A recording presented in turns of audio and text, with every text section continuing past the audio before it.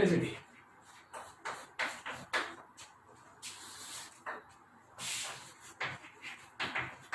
Rate of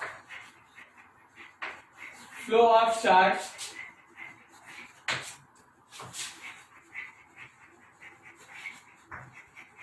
through any cross section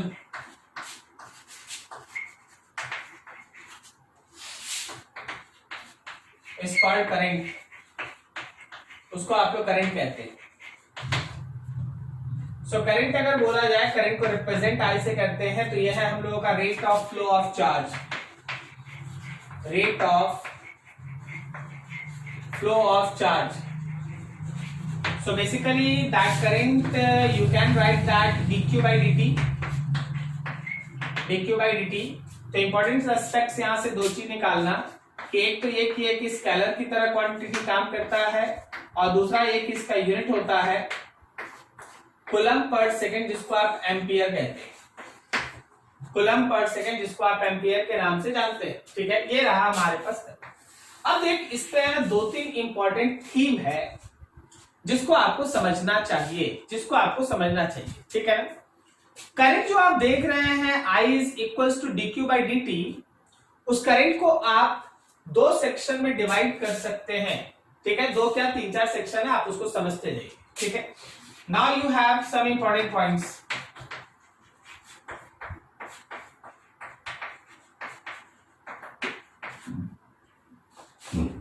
first one is called instantaneous current, मतलब एक खास instant पे current, and that instantaneous current is rate of flow of charge dq by dt।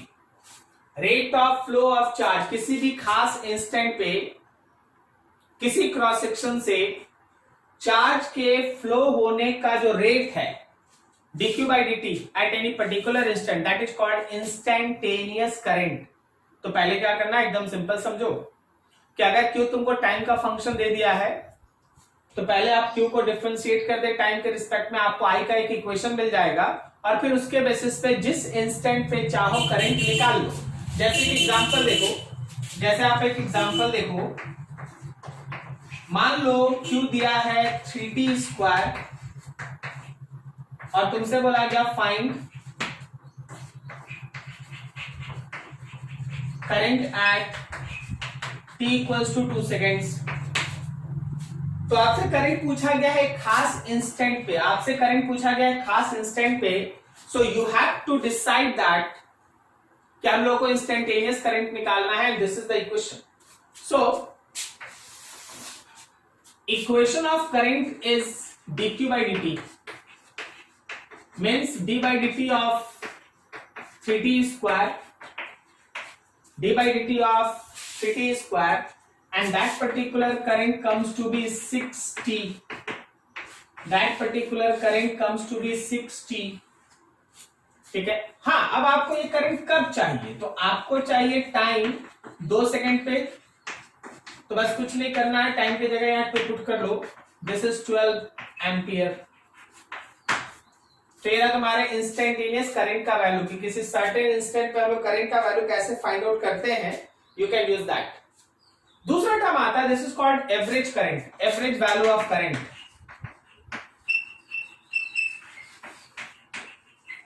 Average current, and that average current is del q by del t, that average current is del q by del t। so remember that I average is del q by del t, charge final minus charge initial by time final minus time initial, charge final minus charge initial divided by time final minus time initial। this is current average, ये current का average value है। जैसे आप इसको use करना सीखे, मान लो तुम्हारे पास एक एग्जांपल है कि अगर Q है 3t स्क्वायर, चलो सेमी क्वेश्चन उतार देते। करंट है, चार्ज है 3t स्क्वायर, तुमसे बोला गया find current between 0 and 3 seconds. इस क्वेश्चन में और उस क्वेश्चन में अंतर समझो। ये क्वेश्चन था कि एक खास इंस्टेंट पे आपको करंट निकालना है। So this is the case of instantaneous value of current, एक खास इंस्टेंट पे। और ये है कि तुमको एक समय का इंटरवल दे दिया गया है 0 से लेकर 3 सेकेंड, और यहां पे तुमको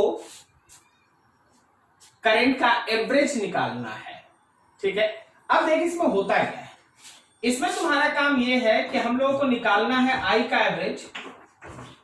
सो del Q by del T, मतलब charge final minus charge initial by time final minus time initial. So remember this कि that I average is equals to charge का फाइनल निकालने का तरीका समझना। क्यू का एक इक्वेशन है, उस क्यू के इक्वेशन में आप टाइम के जगह पे फाइनल टाइम पुट करें, माइनस क्यू का इनिशियल निकालने का तरीका है टाइम के जगह पे इनिशियल टाइम पुट करें, divided by time final minus time initial. So go through small calculation. यहां टाइम के जगह पे तुम 3 सेकंड है ना, क्या ये समझ में आ रहा? 3 पुट करेगा तो 3 ऑफ 3 का स्क्वायर माइनस 3 ऑफ 0 का स्क्वायर डिवाइडेड बाई 3 माइनस 0, यही है ना। तो 27 में 3 से डिवाइड कर दिया, दिस इज 9 एम्पियर। अब जरा गौर करना, समझना कि एग्जैक्टली 2 सेकंड पे अगर आपको करंट निकालना है तो करंट का इंस्टेंटेनियस वैल्यू कहलाता, उसी क्षण जो वैल्यू है वो। और अगर आपको एक इंटरवल में करंट निकालना है तो ये करंट का एवरेज वैल्यू है, and that can be proceed in this way. Starting from basic, एकदम बेसिक कि करंट का 2 पार्ट आप कर लो, एक इंस्टेंटेनियस एक एवरेज है। इंस्टेंटेनियस को निकालने का तरीका है, एवरेज को निकालने का तरीका है। ठीक है, आप यहां तक नोट करें, बहुत सारा चीजें सीखने के लिए नोट करो आराम से, कहीं डाउट होगा पूछ लो।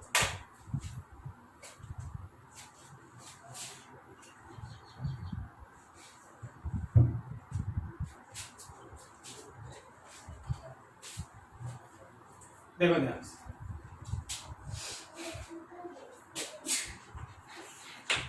देखो अगर हम लोगों के पास एक equation of Q is given, मतलब चार्ज का अगर इक्वेशन दिया है तो आई इंस्टेंटेनियस होगा dq बाई dt और आई का एवरेज होगा del Q by del T. I का इंस्टेंटेनियस वैल्यू होगा dq बाई dt और आई का एवरेज वैल्यू होगा del Q by del T. Current का इंस्टेंटेनियस निकालना है, क्यू का डिफरेंशिएशन, एवरेज निकालना है, चेंज निकालना। इसका दूसरा चीज समझना, if equation of current is given, अब करंट का इक्वेशन दिया। अच्छा, अगर करंट का इक्वेशन दिया है, ठीक है, तो करंट 2 तरह से हो सकता है। ए, अगर तुम्हारा I is function of time है, तो याद रखना चार्ज निकालना पड़ेगा तो इंटीग्रेट करना पड़ेगा आई को। अगर आई टाइम का फंक्शन है, जैसे हम तुमको करंट बोल दिए अल्फा टी, तो वो समय के साथ बढ़ रहा है। अगर करंट तुम्हारा टाइम का फंक्शन है तो चार्ज निकालने के लिए, देखो चार्ज का डिफरेंशिएशन करंट है, तो ऑब्वियसली चार्ज है क्या, करंट का इंटीग्रेशन, तो आपको इंटीग्रेशन के थ्रू जाना पड़ेगा। लेकिन अगर तुम्हारा जो आई है कांस्टेंट है, 2 एम्पियर, 5 एम्पियर, 10 एम्पियर, तो याद रखना चार्ज सीधा होगा करंट इनटू टाइम। कोई इंटीग्रेशन का जरूरत नहीं है आपको, आप सीधा करंट को टाइम से मल्टीप्लाई कर दीजिए, चार्ज हो जाएगा। तो रिवर्स है, अगर Q दिया है तो आप I निकाल सकते हैं, अगर I दिया है तो आप Q निकाल सकते हैं। You have to proceed in this way, this is the basic funda जो आपको दिमाग में रखना। हम बेसिक चीज चल रहा है, ध्यान रखना। अब ग्राफ पे आओ,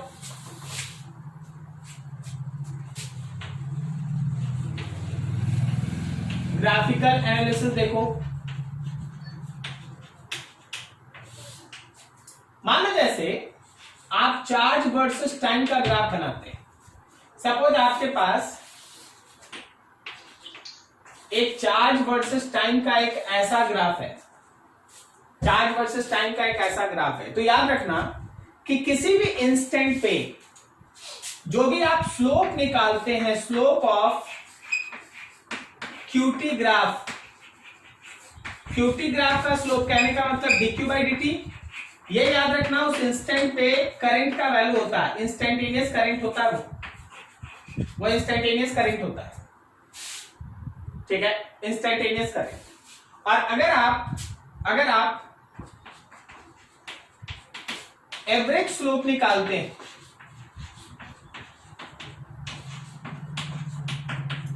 तो आपको मिलेगा del Q by del T, और ये याद रखना है कि उस पूरे इंटरवल का एवरेज करंट होता है। तो अगर Q और T का ग्राफ है, Q और T का ग्राफ है, तो स्लोप से तुम डिसाइड करता है, स्लोप से तुम डिसाइड करता है करंट को। अगर तुम इंस्टेंटेनियस स्लोप निकाला, अगर तुम इंस्टेंटेनियस स्लोप निकाला तो इंस्टेंटेनियस करंट, और अगर तुम एक इंटरवल में स्लोप निकाला तो वो एवरेज करंट, ठीक है। रिवर्स चलो इसका उल्टा, मान लो अगर करंट वर्सेस टाइम का ग्राफ, सपोज तुम्हारे पास करंट और टाइम का कोई एक ग्राफ है ऐसे। Always remember, area under IT graph is nothing else but simply charge। किसी भी दो इंटरवल के बीच आप जो एरिया फाइंड आउट कीजिएगा, किसी भी दो इंटरवल के बीच आप जो एरिया फाइंड आउट कीजिएगा, वो एरिया उस इंटरवल के अंदर फ्लो करने वाले चार्ज, उस इंटरवल के अंदर फ्लो करने वाले चार्ज के बराबर होगा। This is physical significance of graph. अगर करंट वर्सेस टाइम ग्राफ है तो एरिया से चार्ज मिल जाएगा, और अगर चार्ज वर्सेस टाइम ग्राफ है तो स्लोप से करंट मिल जाएगा। क्या तुमको ये फंडामेंटल बेसिक बात याद रहेगा? सुनाई दे रहा? अगर हम लोगों के पास चार्ज वर्सेस टाइम का ग्राफ है तो स्लोप से करंट मिलेगा, और अगर करंट वर्सेस टाइम ग्राफ है तो एरिया से चार्ज मिलेगा, ठीक है। दिस एंड दैट दोनों लेके चलना है। तो ये बहुत छोटा छोटा चीज चल रहा है, ध्यान से देखिएगा। अभी देखो एकदम बच्चा वाला चीज बता रहे हैं, आपको पहले से आता है। बताइएगा करंट का direction, direction of current is always in direction of flow of positive charge. क्या बोलता है, सही है? जिधर हम लोग का पॉजिटिव चार्ज का फ्लो होगा, करंट का डायरेक्शन वही होगा। करंट हमेशा उधर ही फ्लो करता है जिधर फ्लो करता है पॉजिटिव चार्ज, जिधर फ्लो करता है पॉजिटिव चार्ज। अब जरा गौर करना, एक छोटा सा सर्किट बना रहे हैं, उसको देखना। ये एक रजिस्टर है और आप इसको एक बैटरी से जोड़ रखे हैं, तो आप बोलते हैं कि हाँ सर करंट ऐसे घूम रहा है, क्या सही जा रहे हैं?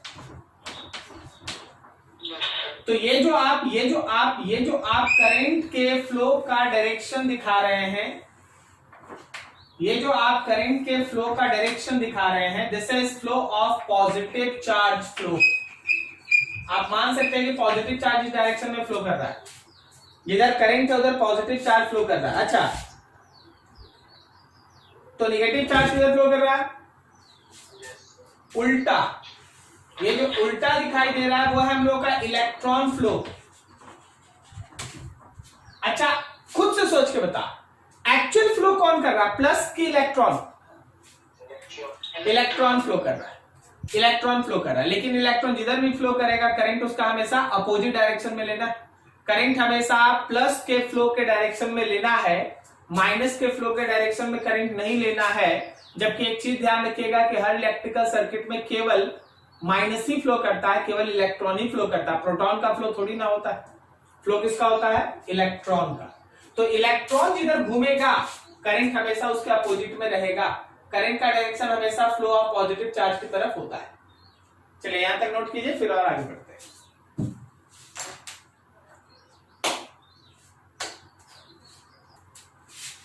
गुड, यहां तक। अभी जरा देखना, सोच के बताना, एक टर्म एग्जिस्ट करता है, this is called current density. This is current density. क्या होता है थोड़ा समझ, इसको हम लोग जे वेक्टर से रिप्रेजेंट करते हैं, ठीक है। दिस इज करेंट पर यूनिट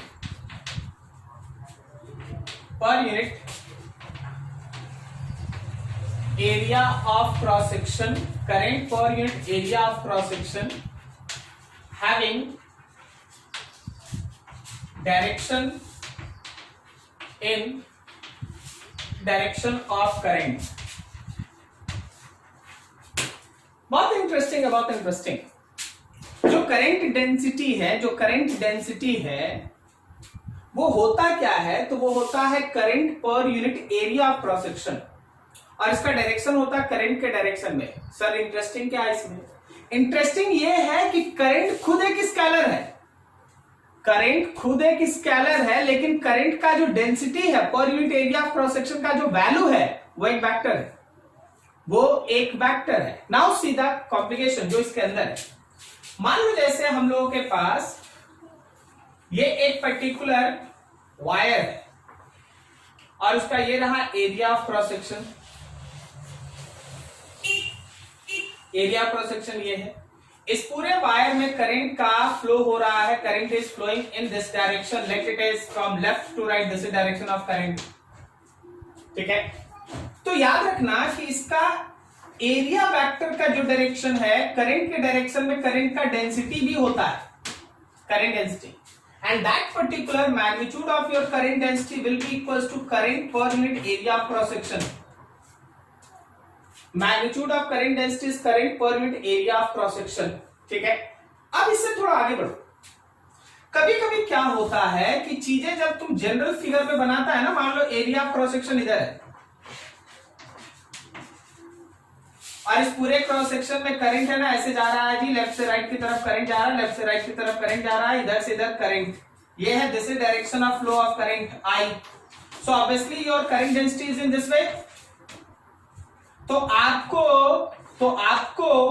एरिया क्रॉस सेक्शन और जे के बीच एक एंगल है, तो हमेशा ध्यान रखना एरिया क्रॉस सेक्शन का वही कंपोनेंट आपको लेना पड़ेगा, एरिया क्रॉस सेक्शन का वही कंपोनेंट आपको लेना पड़ेगा जो हमारे जे के डायरेक्शन में, that is A cos theta according to this figure, a cos theta according to this figure। So you can write that कि j will be equals to I divided by a cos theta। First figure में वही theta zero है, यहां वो theta zero नहीं है, ठीक है। एरिया इज अ वेक्टर, आप जानते हैं ना, एरिया वेक्टर है, डायरेक्शन किधर होता है, परपेंडिकुलर टू द प्लेन। तो यहां देख, ये रहा हम लोगों का प्लेन, उसके परपेंडिकुलर एरिया वेक्टर, यहां ये रहा प्लेन, उसके परपेंडिकुलर एरिया वेक्टर, ठीक है। सो यहां से थोड़ा एक लाइन बढ़ना, यहां से एक लाइन बढ़ना, इंटरेस्टिंग चीज आएगा। सो इसका मतलब ये है कि करंट खुद जे ए कॉस थीटा है। जे ए कॉस थीटा का लॉजिकल मीनिंग क्या है? Current itself is a dot product between current density and area vector. Current itself is a dot product between current density and area vector। Current density is a vector quantity। Current density is a vector quantity having magnitude current per unit area and direction in direction of flow of current। Direction in direction of flow of current, ठीक है। J dot A current निकालना है, then you have to proceed in this way। अब यहां से एक बेहतरीन section start होता है। आपको इसका एक फेमस क्वेश्चन मिलेगा, एक इजी क्वेश्चन और एक अच्छा क्वेश्चन। सुनना अंतर क्या है। इजी क्वेश्चन क्या है, तुमको करंट दे दिया जाएगा, करंट डेंसिटी पूछा जाएगा, तो बस एरिया क्रॉस सेक्शन से डिवाइड कर दो। जैसे 5 एम्पियर का करंट फ्लो कर रहा है किसी एक ऐसे वायर से जिसका radius of cross section 1 centimetre है, बताओ करंट डेंसिटी, तो आई बाई एरिया मतलब पाई आर स्क्वायर, ठीक है। तो एकदम सिंपल चीज चलते हैं, एक छोटा सा एग्जांपल लिखते हैं, क्वेश्चन लिखते हैं कि if 5 ampere current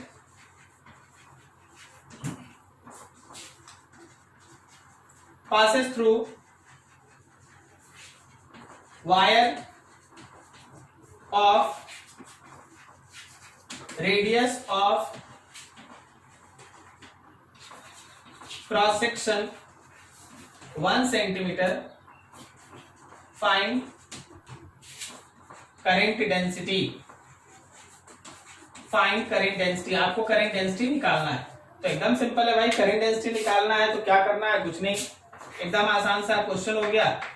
that your current density will be equals to I by area, area मतलब पाई आर स्क्वायर। बस सॉल्व कर दो आंसर। बस आपको रेडियस को मीटर में बदल लेना होगा, क्योंकि एसआई यूनिट है ना, एम्पियर लिखिएगा तो नीचे एसआई में ही रहना चाहिए। चलिए अच्छा, अब इसका रिवर्स चाहिए। रिवर्स कहने का मतलब ये है कि if equation of current density is given, अगर equation of current density is given, we can find current, हम लोग करंट निकाल सकते हैं। अगर आपको जे का इक्वेशन दे दिया है तो हम लोग करंट निकाल सकते हैं, अगर आपको जे का इक्वेशन दे दिया है तो हम लोग करंट निकाल सकते हैं। ठीक है, जरा देखना वो भी कैसे निकालेंगे। अभी सुनो, इसमें दो चीज होता है। एक ये कि जो जे दिया है वो कांस्टेंट है, मतलब ऐसे दे दिया, बोला कि J is equals to J naught, मतलब करंट डेंसिटी कांस्टेंट है, करंट पर यूनिट एरिया का जो वैल्यू है वो कांस्टेंट है, हर क्रॉस सेक्शनल रेडियस के हर पोर्शन में करंट का वैल्यू सेम है। तो ऐसे केस में चीज आसान होता है, and your current is simply J into area. J को एरिया से मल्टीप्लाई कर दीजिए, देखिए ना, सिंपल तो है। अगर आपको I निकालना है, J कर लो, ठीक है, तो तुम्हारे पास आंसर आ जाएगा। यहां से सिंपली आप है ना इसको मल्टीप्लाई कर लीजिए, J नॉट को एरिया से, आपका आंसर आएगा। मेन डिस्कशन उस समय होता है जब आपका J वेरिएबल हो। तो पूरा का पूरा चीज शुरू से देख लो, फिर से हम आपको है ना एक बढ़िया क्वेश्चन में ले जाएंगे, ध्यान से सुनिए। कभी भी किसी भी पर्टिकुलर वायर से अगर करंट फ्लो कर रहा है तो पर unit area of cross section जो करंट का वैल्यू होता है, मतलब I बाई ए, वो टर्म कहलाता है करंट डेंसिटी, उसको हम लोग करंट डेंसिटी कहते हैं। करंट डेंसिटी से अगर हम लोग एरिया का डॉट प्रोडक्ट ले तो वो करंट के बराबर होगा।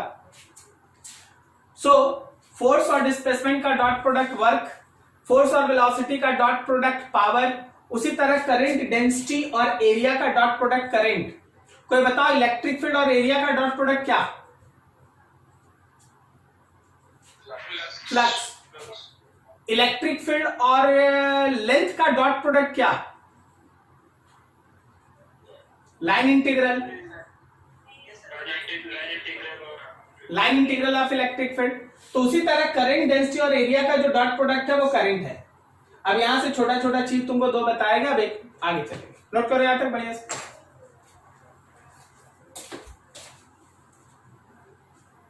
चलिए देखिए और समझिए। मान लीजिए आपके पास एक क्वेश्चन है कुछ ऐसा, क्या question,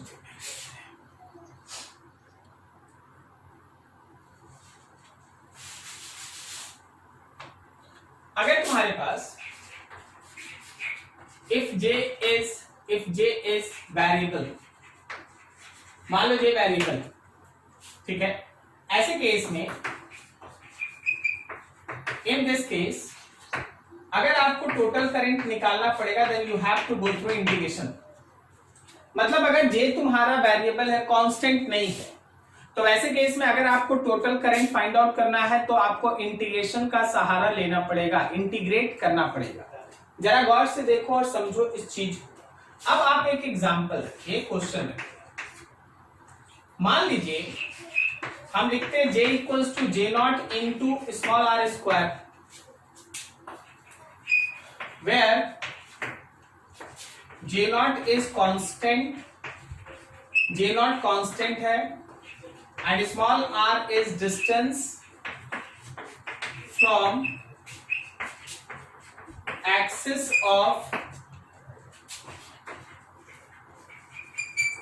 of conducting wire whose radius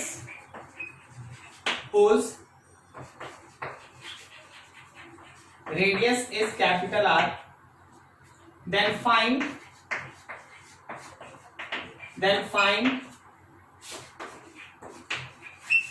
total current flowing in wire. समय दो, क्वेश्चन पे समय दो.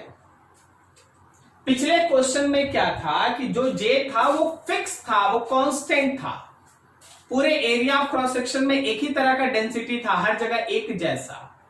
लेकिन यहां एक जैसा नहीं है, आर स्क्वायर का फंक्शन है. मतलब एक्सिस से जितना जितना एक्सिस समझ रहे हैं ना, ये वायर है अगर, तो उसका बीच वाला लाइन एक्सिस से आप जितना ऊपर जितना जितना सरफेस की तरफ बढ़िएगा, याद रखिए जे उतना डेंसिटी जो है उतना बढ़ेगा. हम एक फिगर बनाते हैं ना, आपको ज्यादा क्लियर दिखेगा.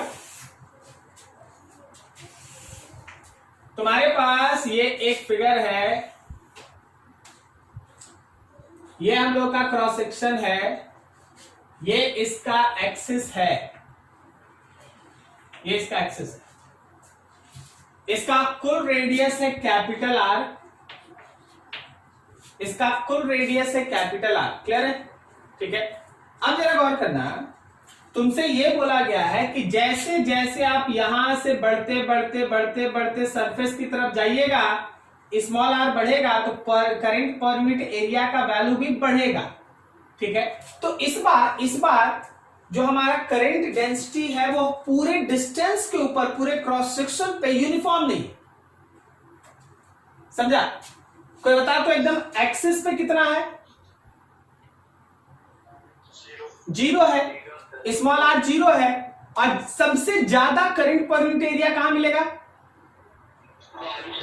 सरफेस पे मिलेगा, जहां स्मॉल आर एकदम मैक्सिमम कैपिटल आर के बराबर हो जाए. क्लियर है? तो इस केस में काम कैसे करते हैं, हमको उस पे काम करना है. ठीक है. तो चलो देखो जी, क्रॉस सेक्शनल व्यू इसका बनाते हैं. क्रॉस सेक्शनल व्यू इसका ड्रॉ करते हैं. ये रहा क्रॉस सेक्शन, ये पॉइंट एक्सिस को दिखा रहा है, इसका अपना रेडियस कैपिटल आर. पूरे क्रॉस सेक्शन से मान लो कि करंट है ना बाहर आ रहा था, पूरे क्रॉस सेक्शन से करंट है ना बाहर आ रहा था. ठीक है. बता जरा इस केस में बनाने का तरीका, क्या यहां से आर रेडियस का एक एलिमेंट्री रिंग कट किया जाए? ये एलिमेंट्री रिंग, ये एलिमेंट्री रिंग सही है. This is elementary ring.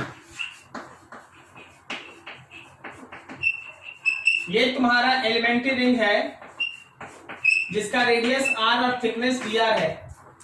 ये तुम्हारा एलिमेंट्री रिंग है जिसका रेडियस आर और थिकनेस डी आर है. अब तुम्हारा काम ये है कि इससे एक स्मॉल करंट लिखो. तो स्मॉल करंट होगा J into small area. Small current होगा J into small area, and that small current is written as J के जगह पे J naught R square, J के जगह पे J naught R square, J naught R square, और area के जगह पे 2 pi R D R. Area के जगह पे 2 पाई आर डी आर. ऐसा तो हम लोग कर रखे पहले ना. तो अब आपको निकालना है total current. Therefore total current is, this is the way, you have to integrate D, you have to integrate J naught R square 2 pi R and dr. So J naught and 2 pi common, integration R पे power 3 dr. चलो जी सोच के बताओ, small r का limit कहां से कहां तक? 0 से कैपिटल R. तो एक बार में आंसर लिख दे, J not into 2 pi, capital R पे पावर 4/4. सही है? ठीक है. तो जब भी इस तरह का कोई भी वेरिएबल करंट डेंसिटी होगा, you have to proceed through calculus, and this is the method. एकदम दिमाग में बैठा ले, कहीं नहीं बदलेगा. बस हम तुमको एक छोटा सा चीज बताते हैं, ये इक्वेशन बदलेगा. जैसे कि याद करो, हम सॉलिड स्फीयर में भी बताए थे, सॉलिड स्फीयर ऑफ चार्ज, याद है आपको? अरे जब गॉसेस थ्योरम पढ़ रहा था तो उसमें सॉलिड स्फीयर ऑफ चार्ज में आया था चार्ज डेंसिटी वेरिएबल। तो उसमें बस क्या होता है, चार्ज डेंसिटी का इक्वेशन अलग अलग होता है, यहाँ करंट डेंसिटी का इक्वेशन अलग होगा, मेथड में रत्ती भर भी चेंज नहीं होगा, जो सिखा दिए बस वैसे ही बनाना है। चलो हम इसमें और एक्स्ट्रा ऐड कर देते हैं। मान लो तुम्हारे पास let any thick cylindrical conductor, तुम्हारे पास एक थिक सिलिंड्रिकल कंडक्टर है, मतलब क्या बोल रहे हैं तुम फिगर देखो समझ जाएगा।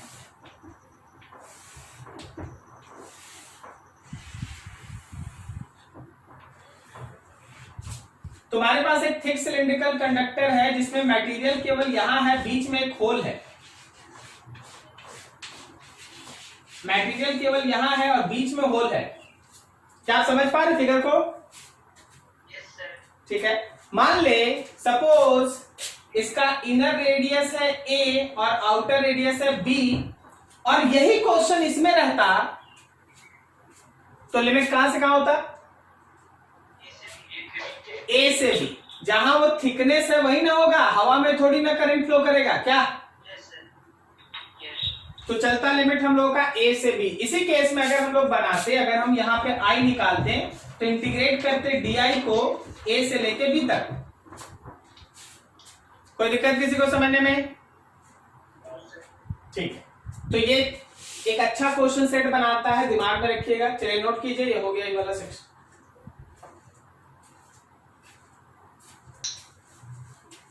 तो देख, जब भी करंट डेंसिटी का क्वेश्चन रहेगा ना, आपको इसी तरह से प्रोसेस करना है, ठीक है। और आपके लिए बस ऐसा सोच लिए कि एकदम न्यूमेरिकल पोर्शन के थ्रू हम लोग जा रहे हैं, जब जैसा जरूरत पड़ता है उस हिसाब से आपको काम करना पड़ता है। अगर आपका करंट डेंसिटी कांस्टेंट है तो सीधा सीधा करंट डेंसिटी को एरिया से मल्टीप्लाई कर दो, करंट हो जाएगा। लेकिन अगर करंट डेंसिटी वेरिएबल है then you have to go through calculus. अब देखो, चार्ज दिया है as a function of time, तो उसका अगर डिफरेंशिएशन कर दो तो इंस्टेंटेनियस करंट, और अगर आप उसका चेंज का रेट निकाल दो, चेंज मतलब del Q by del T कर दो, तो वो एवरेज करंट। अगर तुम्हारे पास चार्ज और टाइम का स्लो ग्राफ दिया है तो उसका instantaneous slope instantaneous current, average slope average current. और अगर तुम्हारे करंट और टाइम का ग्राफ दिया है तो उसके अंदर का जो एरिया आप निकालेगा that will be equals to charge. तो हर जगह सिचुएशन बनता है और उसके हिसाब से उसी समय आंसर आपको देना पड़ता है, उसी के अकॉर्डिंग। ठीक है, तो ये एक पोर्शन था आपका करंट खत्म। अब इसमें करंट के बाद हम लोग को इसका अगला डिस्कशन करना पड़ता है, जो हमारे करंट इलेक्ट्रिसिटी का सबसे फंडामेंटल चीज है, that is called Ohm's law. क्या आप जानते हो ओम्स लॉ के बारे में? Discussion start. हाँ, जो ओम्स लॉ को फॉलो करे ओमिक रेजिस्टेंस, और जो ओम्स लॉ को फॉलो नहीं करेगा वो अच्छा चल रहा, वेरी गुड, चलेगी।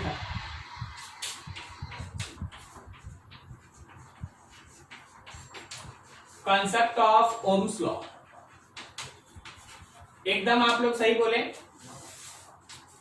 Current flowing through any conductor is directly proportional to potential difference applied across the end of conductor, ठीक है, provided other parameters should be constant।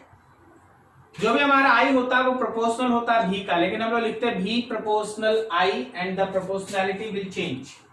rate of flow of charge कहने का मतलब current, rate of flow of charge कहने का मतलब current, rate of flow of charge कहने का मतलब current through any conductor is directly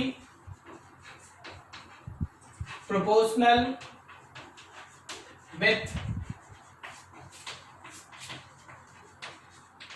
potential difference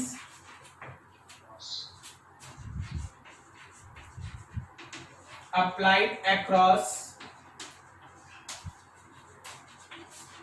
end of conductor,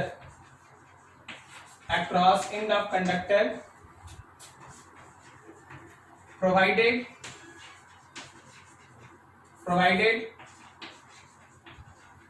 other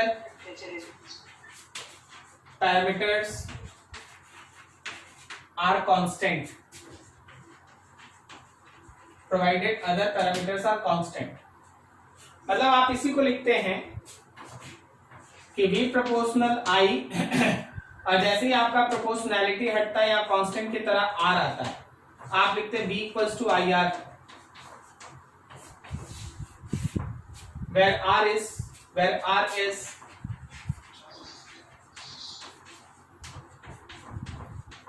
resistance of conductor। ये हमारे कंडक्टर का रेजिस्टेंस होता है, ठीक है। जो भी आप कंडक्टर यूज कर रहे हैं उसका वो रेजिस्टेंस है V इक्वल्स टू IR। अभी तुमको यहां से चीज समझना चाहिए, जब आप पढ़ते हैं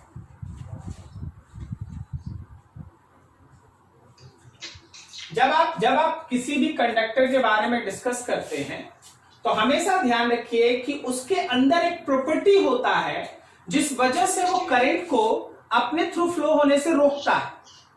आप इसको रिवर्स भी बोल सकते हैं, कंडक्टर का एक ऐसा एबिलिटी जिससे वो करंट को फ्लो होने दे, वो उसका कंडक्टेंस है। और कंडक्टर का ऐसा एबिलिटी जिससे वो अपने अंदर होने वाले फ्लो ऑफ करंट को रोके, वो उसका रेजिस्टेंस है। तो हम लोग पूरे फिजिक्स में रेजिस्टेंस पढ़ते हैं, और जब आप केमिस्ट्री पढ़ते हैं तो आप देखिएगा कि ज्यादा से ज्यादा आप कंडक्टेंस के बारे में चर्चा करते हैं।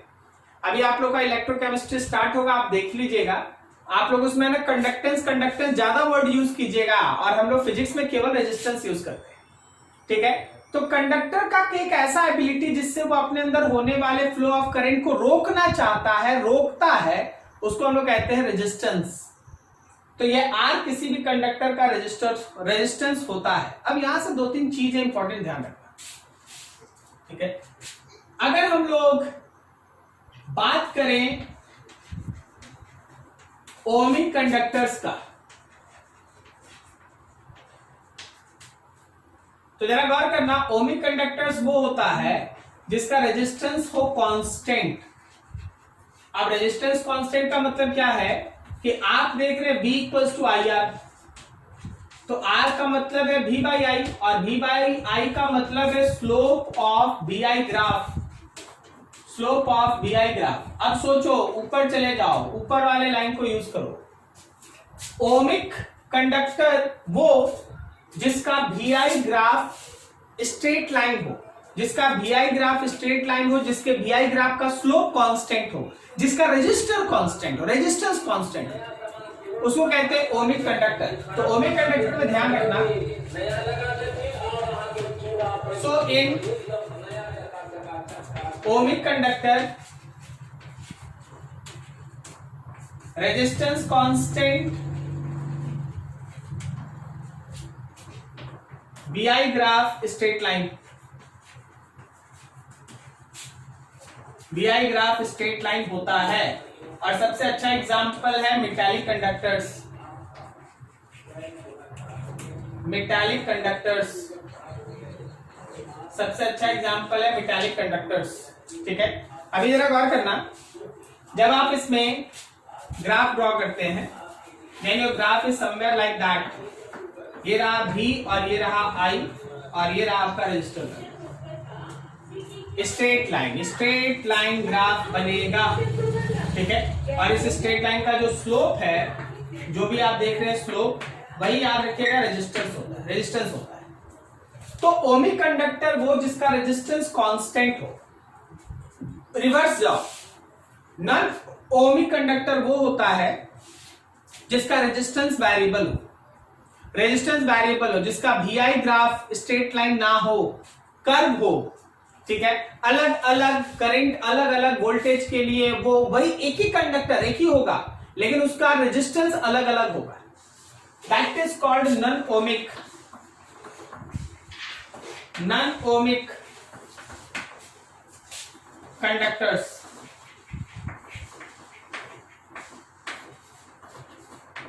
those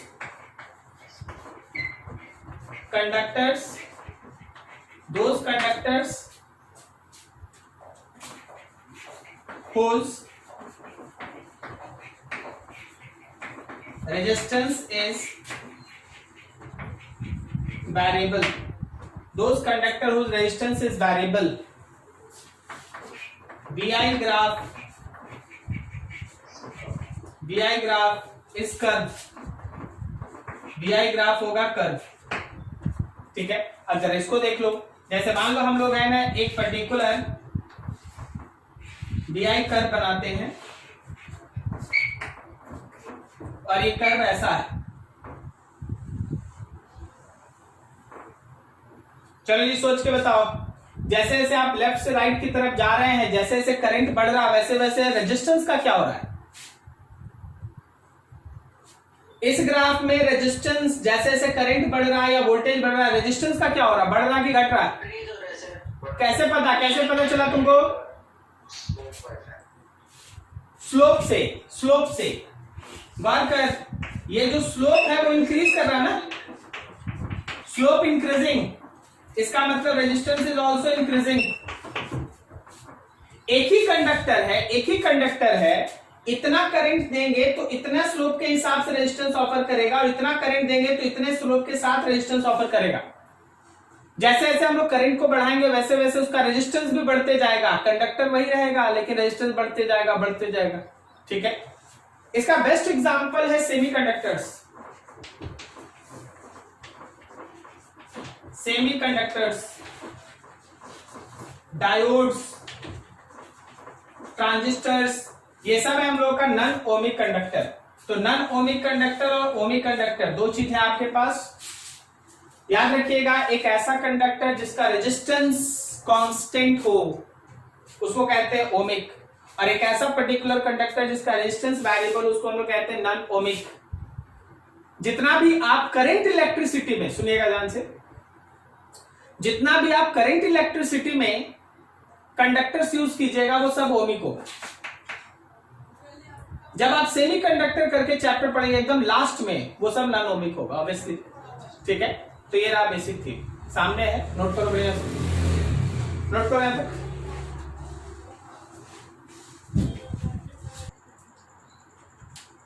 करो फटाफट, हो गया? अच्छा अंशु बाबू हो गया, तो थोड़ा सोच के बताइएगा, कोई भी कंडक्टर अगर गर्म होता है तो उसका रेजिस्टेंस का क्या होता है?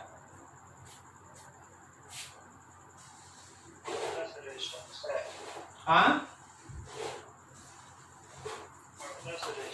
रेजिस्टेंस बढ़ जाता है, सही है ना? सुन लो ध्यान से, वैसे तो किसी कंडक्टर का रेजिस्टेंस कांस्टेंट होता है, लेकिन अगर आप बहुत ज्यादा करंट भेज दीजिएगा या बहुत हाई वोल्टेज अप्लाई कर दीजिएगा, कहने का मतलब अगर वो बहुत ज्यादा गर्म हो जाए, सुनिएगा ध्यान से, अगर कोई कंडक्टर बहुत ज्यादा गर्म हो जाता है तो याद रखना हीट के टेम्परेचर के इंक्रीज के साथ उसका रेजिस्टेंस बढ़ता है। टेम्परेचर के इंक्रीज के साथ उसका रेजिस्टेंस बढ़ता है, ये याद रखना कंडक्टर का एबिलिटी है। तो हम आपसे ये पूछना चाहते हैं कि अगर हम इसको भविष्य में आगे बढ़ाएं तो ये हमेशा ऐसे सीधा रहेगा कि थोड़ा ऊपर जाएगा कि थोड़ा नीचे आएगा? मतलब ए, बी या सी में, इन तीनों में से कौन सा पाथ आगे जाके फॉलो करेगा? आप क्वेश्चन समझ पा रहे हैं क्या? अगर हम इसको गर्म करते हैं, आगे बढ़ा देंगे तो ये ए को फॉलो करेगा, बी को फॉलो करेगा कि सी को फॉलो करेगा? ए को फॉलो करेगा। क्यों ए को फॉलो करेगा बोलो? हाँ, रेजिस्टेंस बढ़ेगा, इसलिए इस ग्राफ का स्लोप बढ़ना चाहिए, क्या सही है? ठीक है। तो इसी ग्राफ में हम ये लिखते हैं कि at high current voltage when temperature of conductor increases, resistance increases, a path is followed, a path follow करना है। अगर आप करंट को बढ़ा दीजिएगा, वोल्टेज को बढ़ा दीजिएगा, टेम्परेचर ऑफ कंडक्टर इंक्रीज कर जाएगा, तो याद रखिएगा रेजिस्टेंस भी इंक्रीज करेगा, ठीक है। सो फ्यूचर में अगर ये आगे बढ़ता है तो ए पाथ को पकड़ने लगेगा, बी और सी को फॉलो नहीं करेगा, ठीक है। नोट करो, इसको भी वहीं पे लिख लो। हो गया वहां तक? Just take.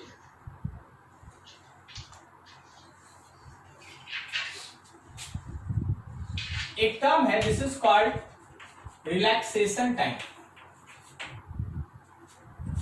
रिलैक्सेशन टाइम थोड़ा ध्यान से समझना। मान लो हम लोगों के पास एक कंडक्टर है, इस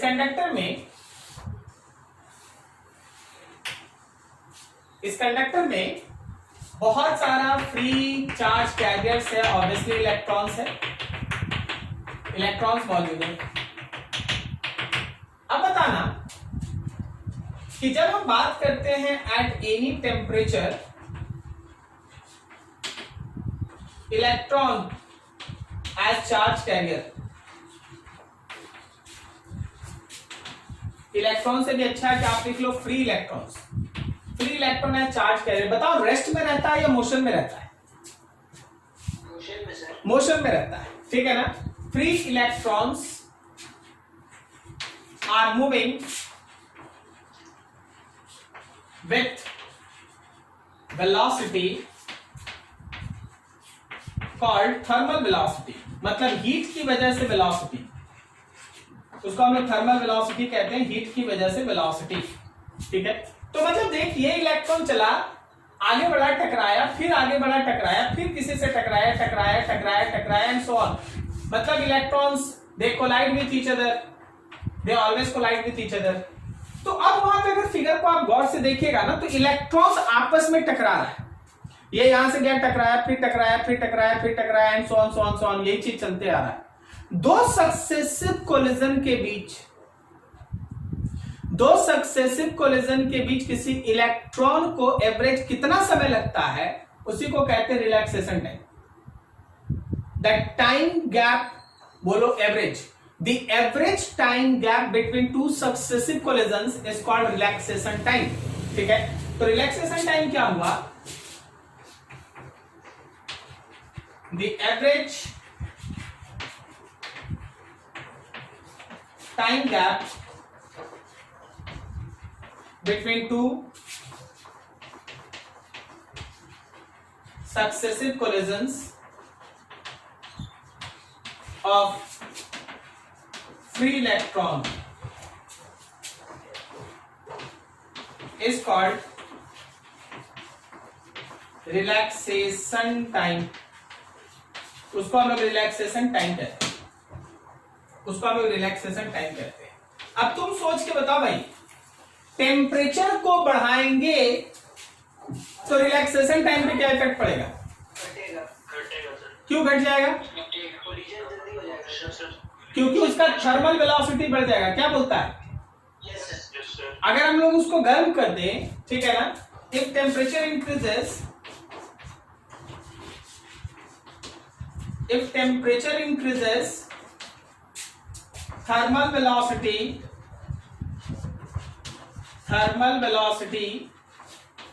increases,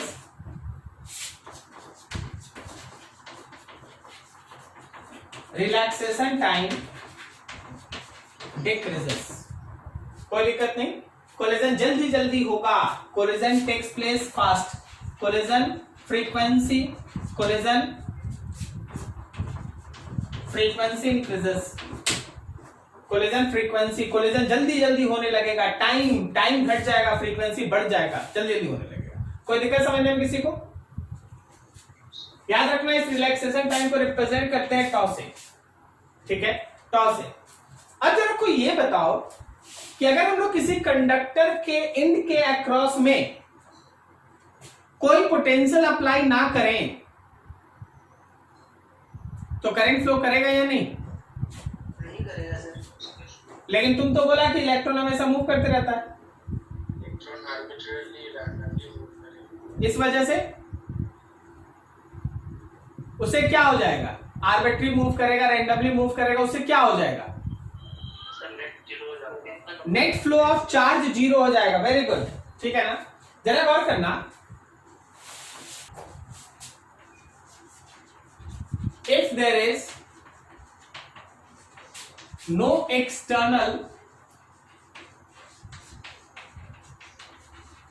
potential difference is applied, net flow of charge net flow of charge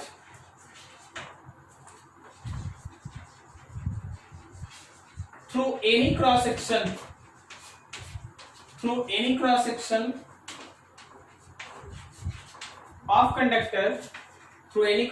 of conductor becomes zero.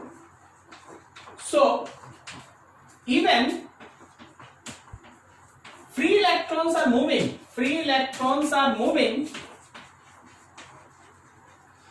but current is zero.